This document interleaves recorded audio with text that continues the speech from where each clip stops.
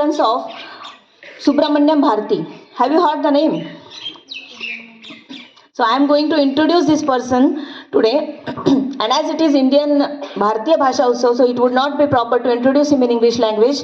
So I will introduce you him in Hindi language.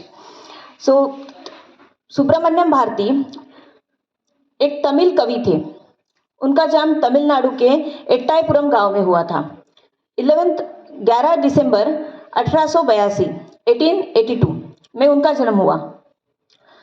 बचपन से वो प्रतिभाशाली थे, लेकिन बचपन में ही उनके माता का देहांत हो गया. उसके कुछ दिनों के बाद पिता का भी देहांत हो गया. 11 वर्ष की उम्र में उनका विवाह हो गया.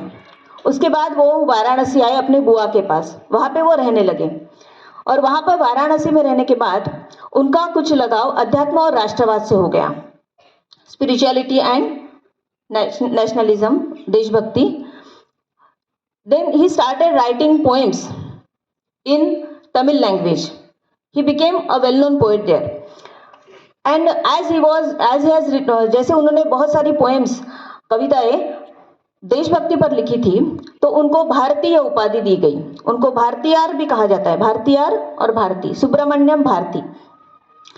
तो उनका योगदान देखते हुए धर्मेंद्र प्रधान जी ने उनका यह जन्मदिन भारतीय भाषा उत्सव पर मनाने की घोषणा की और उसी के चलते हम भारतीय भाषा उत्सव मना रहे हैं. 11 दिसंबर 11 दिसंबर को उनकी जयंती है. उस दिन हम कुछ प्रोग्राम कार्यक्रम भी करने वाले हैं. अतः उनकी एक पोएम में कविता में यहाँ पर प्रस्तुत करूंगी जो उन्होंने तमिल में लिखी थी और उसका अनुवाद यहाँ पर मैं आपके सामने प्रस्तुत करूंगी. यह देश प्रेम के बारे में है. चमक रहा उत्तुंग हिमालय, यह नगराज हमारा ही है. जोड़ नहीं धरती पर जिसका, वह नगराज हमारा ही है. नदी हमारी है गंगा, प्लावित करती मधुर सधारा. बहती है क्या कहीं और भी, ऐसी पावन कलकल धारा. सम्मानित जो सकल विश्व में, महिमा जिनकी बहुत रही है. अमर ग्रंथ वे सभी हमारे, उपनिषदों का देश यही है.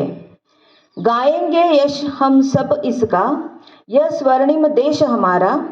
आगे कौन जगत में हमसे, यह है भारत देश हमारा. यह है भारत देश हमारा. तो यह कविता उन्होंने तमिल लैंग्वेज में लिखी थी, जिसका यह अनुवाद मैंने आपके सामने सादर किया है, जिसमें उनका उनकी देशभक्ति यहाँ पे हमें दिखाई देती है. धन्यवाद.